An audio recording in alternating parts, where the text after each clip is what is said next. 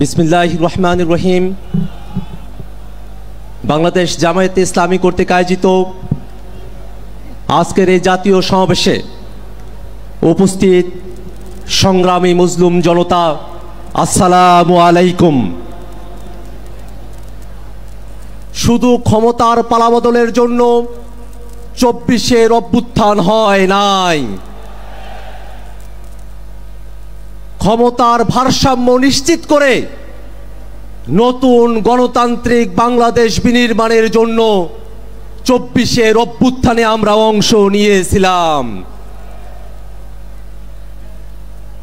বাংলাদেশে শুধু নির্বাচন দিয়ে এদেশের গণতন্ত্রকে সুরক্ষা দেওয়া সম্ভব নয়।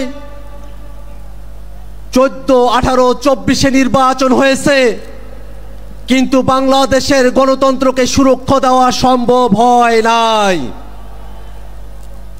এদেশের গণতন্ত্রকে সুরক্ষা দিতে হলে নির্বাচনের পূর্বেই মৌলিক সংস্কার বাস্তবায়ন করতে হবে। ক্ষমতার ভারসাম্যের প্রশ্নে উচ্চ কক্ষে ভোটের অনুপাতে পিআর পদ্ধতিতে নির্বাচন আয়োজন করতে হবে।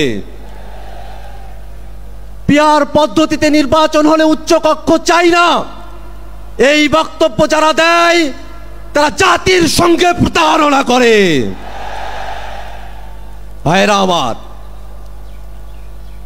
এই বাংলাদেশের মানুষেরা দীর্ঘ সময় ধরে জেল, জুলুম, রিমান্ড, গুম, খুন, ক্রসফায়ার, আয়নাঘর, গণহত্যা, মানবতা বিরোধী অপরাধের মধ্য দিয়ে আমাদেরকে জীবন অতিবাহিত করতে হয়েছে। এই বাংলাদেশের মুসলমানরা তারা সংখ্যায় বেশি হলেও অধিকার এবং মর্যাদার প্রশ্নে অপরায়ণ করে তাদেরকে সংখ্যা লঘুর থেকেও ছোট করে রাখা হয়েছে। ইসলাম পালনের ন্যূনতম অধিকার বাংলার মানুষকে তারা দিতে চায় নাই।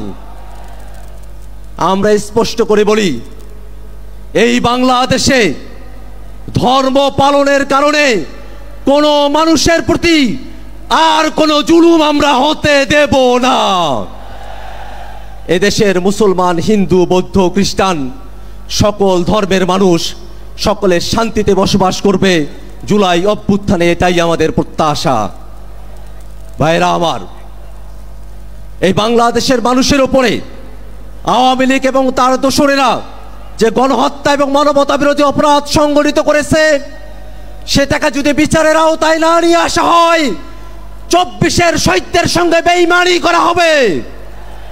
অতএব বাংলাদেশে ভবিষ্যতে যাতে আর কোনো ফ্যাসিবাদ এবং স্বৈরাচার জন্ম নিতে না পারে, ঠিক এই কারণে আওয়ামী লীগ এবং তার দোসরদেরকে অবিলম্বে বিচারের আওতায় দাঁড় করাতে হবে।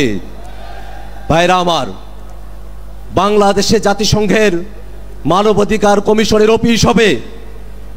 রাজনৈতিক দলগুলোকে আলোচনার বাইরে রেখে অন্তর্বর্তীকালীন সরকার এই সিদ্ধান্ত নিতে পারে না। ভাইরা আমার, জুলাই সনদ এবং জুলাই ঘোষণাপত্র নিছক কোনো ইতিহাসের দলিল না হয়ে বাংলাদেশের মানুষের মুক্তির সনদ সেখানে লিপিবদ্ধ থাকতে হবে। মৌলিক সংস্কারের ভিত্তিতে জুলাই সনদ প্রণয়ন করে সেটাকে সুরক্ষা দিয়ে বাস্তবায়নের জন্য লিগ্যাল ফ্রেমওয়ার্ক অর্ডারের মধ্য দিয়ে এলএফ করে সেটাকে বাস্তবায়ন করতে হবে।